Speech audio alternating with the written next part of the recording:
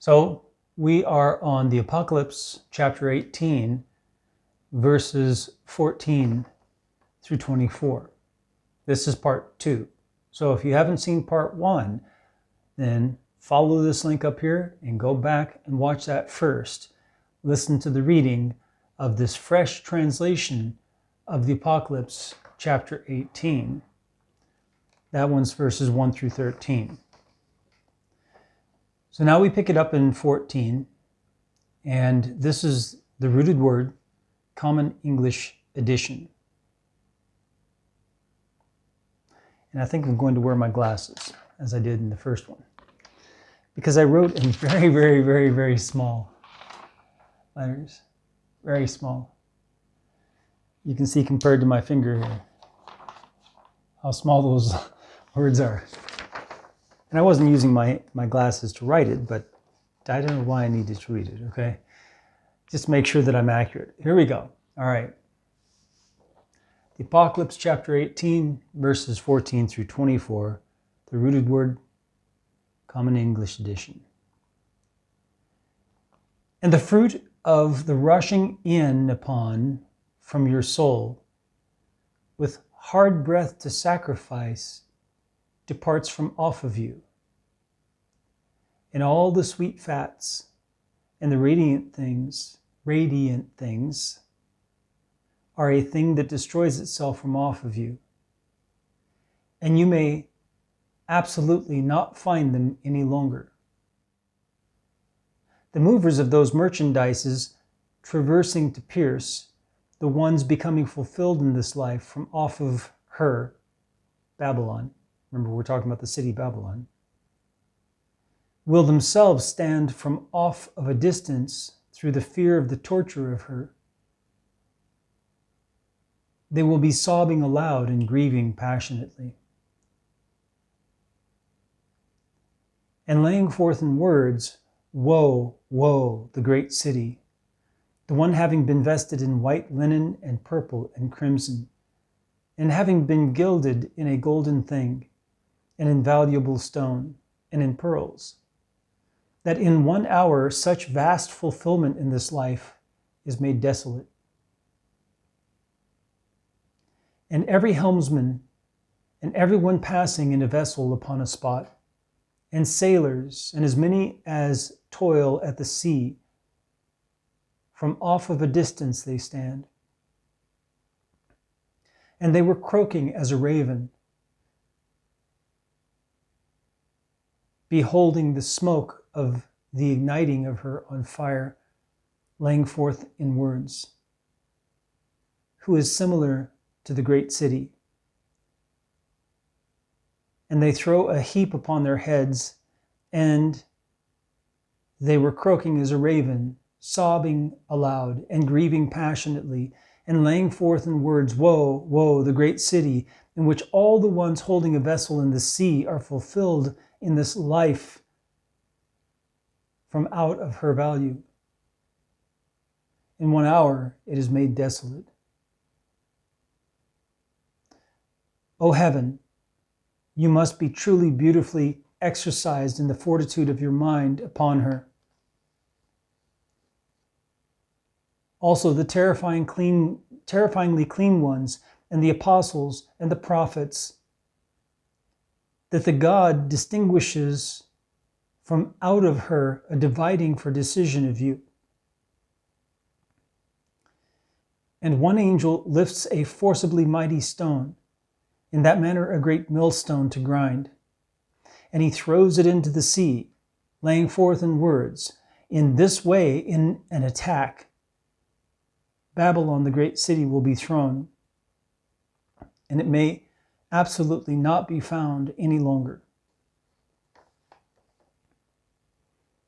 And a tone of players of stringed instruments, and of improvisational musicians, and of players of wind instruments, and of players of brass instruments, may absolutely not be heard in you any longer.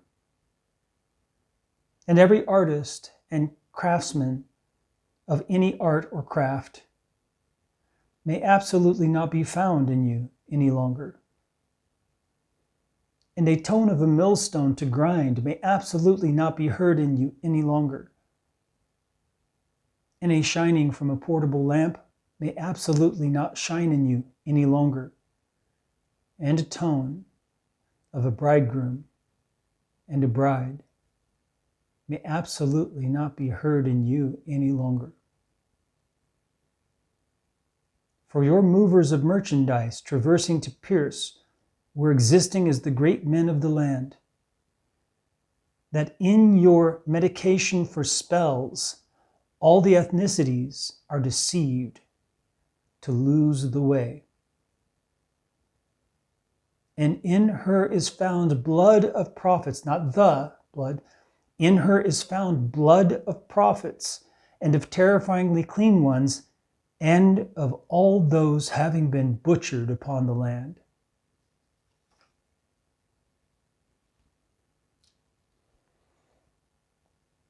That's it. That's the end of chapter 18 of the Apocalypse.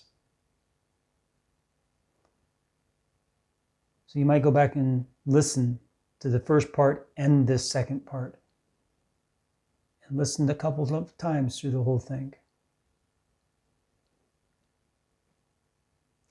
Maybe what I will do is also put up another video on the Rooted Word Deep Bible Study channel. So if you haven't gotten over there, get over there. You go to the Rooted Word channel page and you've got links to the other channels. You need to be subscribed to those. I don't put out videos often on those, but I do put out videos regularly on those. And so you got to get subscribed over there because it's a different kind of content that's very important. Prophet Hunter, that's about false teachers and false prophets. All that kind of material is ending up over there now.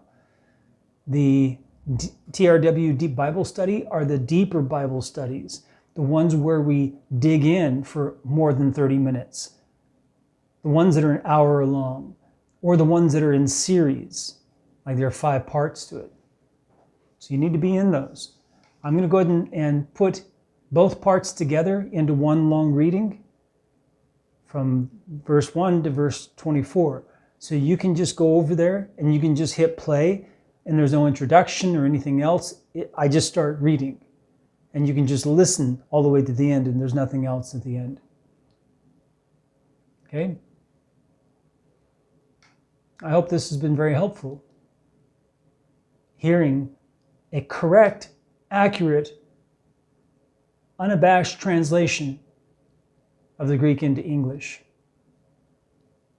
with no agenda except to give you exactly what is said.